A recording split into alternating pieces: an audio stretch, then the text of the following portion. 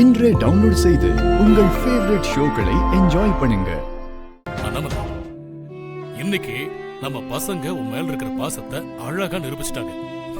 ஆமாங்க கௌதம், நீங்க முதல்ல வாங்கி கொடுத்த சேலைய கொடுக்கும்போது எனக்கு எப்படி இருந்துச்சு தெரியுமா? என் மொத்த சந்தோஷமும் திரும்ப கிடைச்ச மாதிரி இருந்துச்சு. இப்படி ஒரு போட்டியை வைக்கும் போது கௌதம் கையில காசு இல்ல, பாவம் என்ன பண்ணுவானோன்னு நான் ஒரு நிமிஷம் பயந்துட்டேன். ஆனா அவன் எப்படி ஒரு சர்ப்ரைஸ கொடுப்பான்னு எதிர்பார்க்கலங்க. என் பையன் எந்த சூழ்நிலையையும் சமாளிப்பான்னு எனக்கு நம்பிக்கை வந்துருச்சு.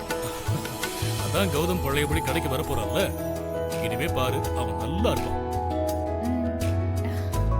அதெல்லாம் இருக்கட்டும், அந்த தண்டமணி ரிலீஸ் ஆகி வெளில வந்துட்டாராமே. ஆமாங்க, பார்த்து பேசிட்டு தான் வந்திருக்கேன். பார்க்கலாம் என்ன பண்றான்னு. இப்பதான் வீட்டுல இருக்கிற பிரச்சனை எல்லாம் முடிஞ்சு கொஞ்சம் சந்தோஷமா இருக்குன்னு நினைச்சேன். அதுக்குள்ள புது பிரச்சனை. நம்மள இனிமே ஜாக்கிரதையா இருக்கணும். நான் எல்லாத்துக்கும் ரெடியா தாங்க இருக்கேன், நீங்க கவலைப்படாதீங்க, நான் பாத்துக்கிறேன்.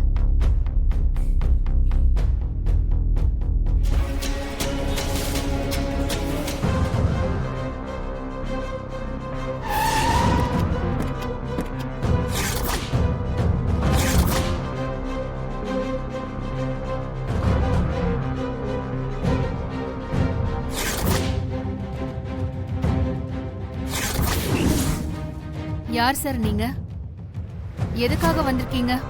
Madam, we are from vigilance department. உங்க கடையை சோதனை போட வந்திருக்கோம். வாட்? இங்க மட்டும் இல்ல, உங்க 25 கடையிலேயே இப்ப ரைட் நடந்துருக்கு.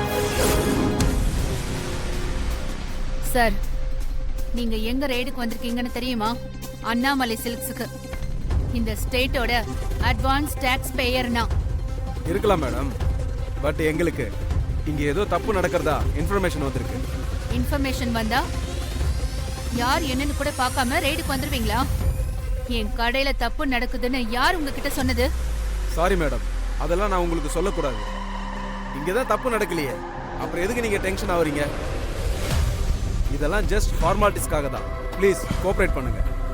கடையில ஸ்டாஃபை தவிர மற்ற கஸ்டமர்ஸ் எல்லாரையும் வெளியில அனுப்புங்க. Okay sir.